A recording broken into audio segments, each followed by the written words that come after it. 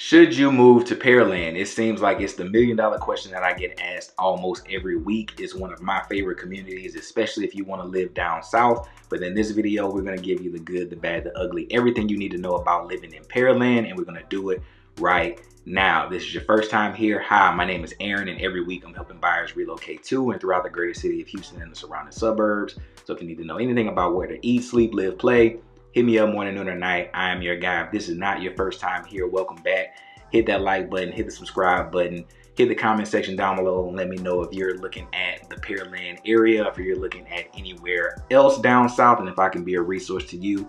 I would love to do that. Call, text, email, any way that you got to get in touch with me, or in the comment section and let me know how I can be a resource to you. But without further ado, let's hop straight into the video. And the first thing that we're going to go over is, where is Pearland? Pearland is this beautiful suburb that seems to stretch from way out west to all the way almost to damn near way out east in the south part of Houston. It's just south of the Beltway, and it starts to go like from this Fresno area all the way over to some parts that touch basically like the Pasadena area. And because of that, you get so many different varieties of lifestyle. You have some places over here that are a little bit more rural as you kind of go closer and closer to what I would consider new Pearland. As you get to the west side of the 288 corridor, you have your shopping, restaurants, schools, all the things that you're going to need. You're going to have up in between there some more established communities that are a little bit older, somewhere in that late 80s to early 2000s, all up and through this little corridor. And as you make your way to 288, you just have tons of different varieties of living throughout that point. You have apartments, you have some townhomes here or there, but it's mostly a single family home community. And it is just about 30 to 35 miles, depending on which side that you're trying to go from. Whether it's downtown Houston and you're trying to get to the Pasadena side, you're going to run down 45, which has terrible traffic. Or you're going to be coming through the center of the city, going basically down to 288 to get down to what I would consider new Pearland over here off of 288. But that is where Pearland is. If you are not familiar, it is nestled in between a few of our more premier communities as well. So you're going to have your Sienna out here, which is a subsect of kind of like Missouri City. Sugarland crowds it to the west as well. That's more of Missouri City. Down south, some communities that are coming up right now: Iowa Colony, Manville, and Alvin. And on the east side, you're butting up against kind of like the South Houston, Pasadena, Friendswood area. And so Pearland kind of is landlocked where it is right now. But up and through there, you get a lot of variety of different places that you can call home. When it comes to things to do, I actually really love the Pearland area because it's one of those more established communities. So you are going to have all the infrastructure you need. You're going to have your restaurants. You're going to have your shopping. You're going to have your movie theaters. You're going to have everything you need as a community. You're going to have your hospitals. So there's never going to be a point where you feel like in order to have fun or in order to do something, you're going to need to go and deal with the traffic to get into the center of the city. However, this is, as being one of the closest suburbs to downtown Houston, you can often have the best of both worlds, where you are out in the suburbs, kind of retreated away from the hustle and bustle of the city, and it's just a short ride to get in there. If you want to hit some brunch spots, or if you want to hit something that's a little bit more character and niche to the inner city, you can do that. But as far as infrastructure and things to do, you don't have to do that at all. Everything that you're going to need, whether it's your shopping, your big chain stores, your Macy's, your Dillard's, all that stuff that you're going to need, as well as little eateries, everything that you're going to want is at your fingertips out in Pearland. And because you are where you are, one of the biggest attractions to the area is actually the town center out there. And so as you kind of zoom in here, you can see, like I said before, you got your Dillard's over here, you got your Macy's. Up and through here, you got little ice cream shops, you got little bistros, you got candy shops, you got things that you can do at this town center that are just super cool. They have a little pavilion out there, and I know that people go out there and they perform during the holiday times. You'll have a bunch of kids and families out there just kind of checking out the scene. So definitely some stuff that you can do out in the Pearland area. And because Pearland stretches as far as it does. As you get out east and you're in that like Friendswood, Lee City, kind of Dickinson kind of area going towards the east side of it, there's also shopping and eatery and malls along this 45 stretch as well. So there's definitely a lot of spots that you can enjoy, and there's definitely going to be a lot of stuff that you can do. And if you wanted to get into the mix and you wanted to get to downtown and you wanted to go, or if you wanted to go to, let's say, like the Galleria is not going to be too far from you. If you wanted to go to Memorial City Mall, that's not going to be too far from you. So you definitely have options and things that you can do. And if you don't want to leave the confines of your neighborhood of Pearland, which is what this video is about, you can hit up the Pearland Town Center and do pretty much anything that you need to do. All right, up next, we're going to talk about the schools. Because Pearland is so huge and it goes so far west and so far east, it's really going to depend where you are when it comes to the school district that you're in. And it touches 4 school districts that I'm aware of. It touches the Fort Bend, it touches the Alvin ISD, it touches Pearland, and it also touches Pasadena. So if you're out west of 288, more times than not, you're going to be in the Alvin or the Fort Bend. If you're more east going towards that Friendswood, Pasadena side, you're going to be either in the Pearland or you're going to be in that kind of Pasadena ISD. And so let's hop into niche.com right now, and so I can show you the ratings of all of those different areas. So starting out with Fort Bend ISD, and so this is kind of traditionally more so for those Sugar Land, Missouri City kind of schools out west. But as you see, this shape kind of bleeds over into Pearland that we just showed you earlier. And so some of the complaints that I've gotten from people looking in the areas up here up north is that sometimes, even though you're paying a lot of money for a really nice home, they've been tied to some of these Fort Bend schools that were not as great on the north side of Pearland. So it really just depends on where you are. I've also had some clients that were a little bit further south that were tied to some of these Fort Bend schools that were B and A rated. So it really is a mixed bag depending on kind of where you are on the west side of the side of Pearland. I have a few of my friends and a few of my clients that have moved out, and they're on the South Lake side, and so they're tied to the Alvin ISD schools, which had a little bit higher rating for the area at the time when they were buying and building their homes. So if schools are important, it's really going to depend kind of where you are and how laser focused we are when it comes to picking a neighborhood that's tied to actually highly rated schools in the area. I've had cases where they've been in Pearland and tied to great schools, and tied in Pearland and been tied to bad schools. So I hate to say bad schools, but not as highly rated schools. And so it really is just going to depend. If schools, like I said, are super important, we're going to laser focus in and dial in and make sure that you're comfortable with the ratings that your kiddos are going to be dealing with as they go to school. Next up on the list, we have Alvin ISD. This is another school district that is going to run through the Pearland area, more so new Pearland and some parts of old Pearland. But right now, let's just blow up the map so you can see what schools are kind of going to be tied to that. And so it basically hugs everything that is touching these communities that are touching the 288 corridor.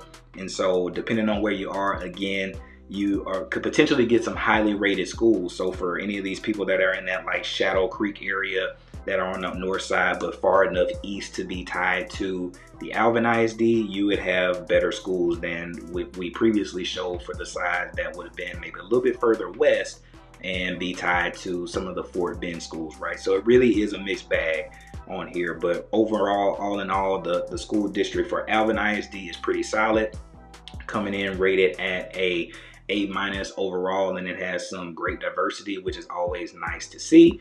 But it is definitely another solid option in the Pearland area. Coming in with another option, we have Pearland ISD, and this is an A+ rated and has super good diversity as well as other ratings for the school system out here. As you can see, most of the map over here is A rated, but this is what I would consider and what many people would consider old Pearland. So you're not really going to have a ton of newer options over here. Many of the options, as you'll see later on in the video, are kind of in that 90s to like early 2000s or even older. Up in this area, as you're kind of going towards the 288 corridor, it gets a little bit newer, but for the most part, a lot of these are super older, more established communities built in that like 80s to early 2000s. And so You're not going to likely be getting brand new communities out here. They're going to be super established, so you'll have the mature trees, you'll have all that stuff. But as far as school wise, this is definitely one of the more desirable communities when it comes to, or desirable parts of Pearland when it comes to schools, because as you can see, there's hardly a B in this rating right now. It's basically just all A's. And so you're gonna see that the prices over here for older are gonna be a little bit high, just because the school district and the schools that are associated with it are gonna garner a higher tax just because the schools are higher rated. And so that's the trade-off of being in Pearland ISD. But again, depending on where you are, depending on where your community is, you may be just inside or just outside of this. And if it's important to get into this school district with this rating, we can laser focus in and make sure that you get in it. And last but not least, we have Pasadena ISD. So this one comes in and it's more so on the east side. And so as we focus in on the ratings over here, you saw that the rating was a little bit lower, but for most of the Pearland communities that are tied to Pasadena ISD, you're gonna be hugging these B and A schools up in here. And so again, case by case is a mixed bag. I've had some that were tied to just these B schools. I've had some that were just tied to these A schools. You really don't know until you really do some research and we laser focus in. But that is the ratings of basically Pasadena ISD. And for what we've seen so far, those are the 4 that you are basically going to be tied to if you're going to buy into the Pearland area. The elephant in the room, the question that I get asked the most about any time someone is looking out towards the suburbs is, what did it do during Harvey? Did it flood? Was it bad? Did people completely lose their homes? And it really is a case-by-case basis. In my experience, I have, like I said, friends and clients that lived out in the Pearland area and their homes were okay. But depending on kind of where you are, anywhere in the Houston metro, depending on where you are, things could be bad or things could be okay. Right, and so there's some things on our end that we can check out. There's the flood maps that we have as a result of the Harvey devastation that happened, that gives us a little bit of an idea to let us know kind of what flooding occurred in the area. And then we also are a seller or homeowner disclosure state. So if you put your house on the market, there's some things that you're supposed to disclose to the general public when it comes to issues that your house has potentially had, and flooding is one of those issues that's called out on that document. So between flood maps and between that document, we have a pretty good idea of what a house did, went through, or whatever happened to that house in the area. And so let's hop in right now and I'll show you a couple of the tools that we have on our side to make sure that you're not buying a flood home. So hopping right in, we picked a random house in Pearland. This is one that was built in 2007, so it would have experienced Harvey as the area did when it happened. And so let's just see where this person is located. And so using the tools that we have, we can see that this portion of Pearland is in an X zone, which means that 9 times out of 10 you would not be required to have any flood insurance. You're still, as we're kind of going through this process and you're talking to your insurance provider, they're going to let you know for sure whether or not you're at a risk that is going to require you to have any flood insurance or any additional coverage. But for the most part, a lot of Pearland is actually going to be in an X zone. As you start kind of going out east towards the Pasadena side, things kind of change up a little bit. As you get closer and closer to 45, you'll start to see more and more risk. But as those communities that are hugging 288, those were the ones that did the best, just because they're a little bit more north than the closest risk that they typically have to them, which is cutting through, which I believe is an extension of the Brazos just south of them. And so if you're hugging that 288, you'll be in a little bit better spot than most people would be. But even still, even over here where you have these floodplains and you have these floodways, it's still going to be a house by house, case by case basis.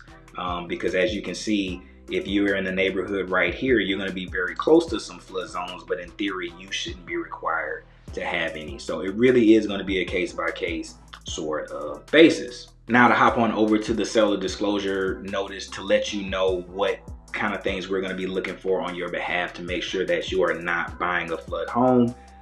This is Like I said, this is a seller disclosure, owner disclosure state. And so when you put your house on the market, it's just common practice to have this disclosure notice up there so you can see what kind of issues the house has ever had. And so as we get down to it, they do not have flood insurance. They had water damage, but it was not due to a flood. And so that means they had a pipe burst or something like that. But as you can see, this form goes super in depth on whether or not they have insurance, whether or not they need flood insurance, whether or not they're close to anything that could potentially breach. You are asked this question kind of several times to make sure that you as a potential buyer are covered. And so we're looking at that. And then the next document we want to know is, have you ever filed a flood claim? If both of those say no, then it's a high likelihood that there was no other issues that have ever been presented to that house. So if we can match this form up and we can match it up with the flood map and everything looks like it's in a good spot, we'll do a couple spot checks of some other houses around the house that you were potentially looking at. And that's how we can kind of paint an overall picture of whether or not we should really fear having flood issues happen with your upcoming home. And I say all that to say this, that even if you do not require flood insurance, I 100%, 1000% say that you should definitely still have insurance, because this city and the surrounding suburbs, we rain basically like every 3 days, and you would much rather have the insurance pay $400, $500, $600 to have the coverage that you need in the event that something catastrophic were to happen, and to have that peace of mind than to not have it at all. And so I tell my clients, no matter where you are, I'm in an X zone and I currently have flood insurance, because you just never know what could happen. So I definitely would encourage you to have flood insurance no matter what. And so now that we got all of that out of the way, let's talk about real estate. I mean, this is a real estate channel. So as of the recording of this video, the average single family home sale price in the Pearland area is between like $380 and $390 right now. And so I wanted to get out in the field and show you exactly kind of what you can get around that price point, and as you step up in price, what you could get in today's market in the greater Pearland area. So stay tuned, and I'll see you on the other side of this video. So today we're out in the Pearland area and we're doing a little bit of a market update. I get hit up about the Pearland area at least once a week, asking if it's a good place, what you can get for about how much. And I get asked this question so much that I wanted to do a little bit of an update video to my previous video that I had on the channel. And right now, as of the recording of this video, we're sitting somewhere around 385 to 390,000 on the average single family home sale price in the greater Pearland area. And so I wanted to show you a little bit about what you could get for new construction, a little bit, you know, what you can get at a higher price point, and just kind of show you what you get in the area right now. And starting out, we are in the Riverstone Ranch.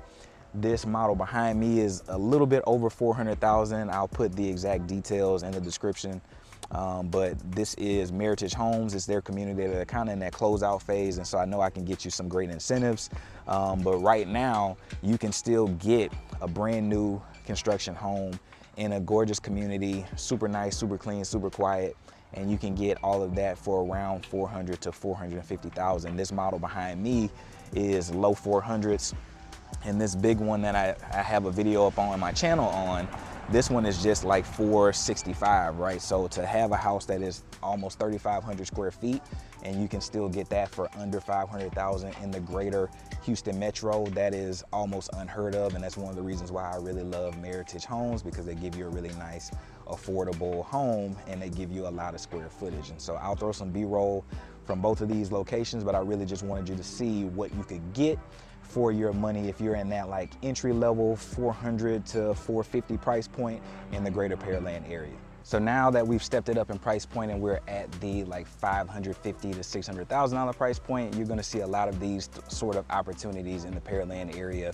where you're gonna get a little bit of a more mansion style, estate style house. This one's a little bit over 3,400 square feet.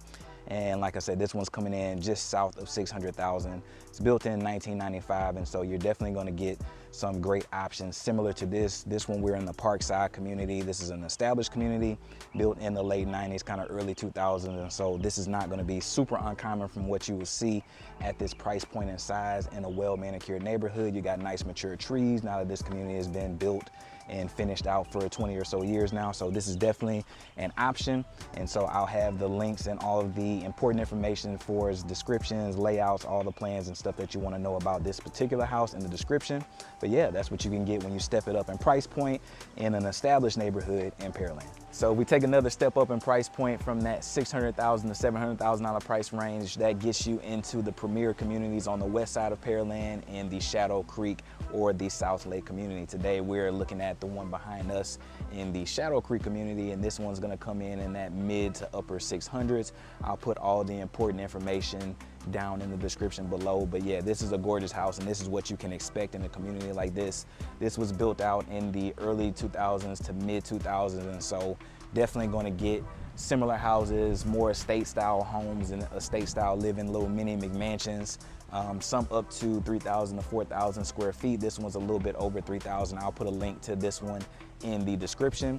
But yeah, this is definitely what you can expect. I'll also put some B-roll and some pictures. But I love the Shadow Creek area. I love the South Lake area. You get a lot. You have amenities. You got splash pads and pools, and you have parks and just little playlands for the kiddos. My daughter wanted to get out of the car when she saw us rolling by the parks. But yeah, maybe I'll take her after I finish this. But this is what you can expect in the Shadow Creek area. I love it. One of my clients and one of my best friends lives on the South Lake side. And so this is what you can get. You can get a little bit newer, a little bit more of a premium, a little bit nicer home on this side of the world of 288. And that's what you can get in that $600,000 to $700,000 price point right now in Pearland. So how did Pearland do? Did it ring enough bells and check enough boxes to make you want to call Pearland home? If so, I would love to be a resource to you. Call, text, email, whatever way you got to get in touch with me. Hit that comment section down below. I would love to hear from you and let me know if Pearland is something that you're thinking about, or if you're looking anywhere else down south. If you have any questions about any of these suburbs or any of these builders that I talked about in this video, I would love to be a resource to you. I look forward to hearing from you, and I hope you have an amazing day.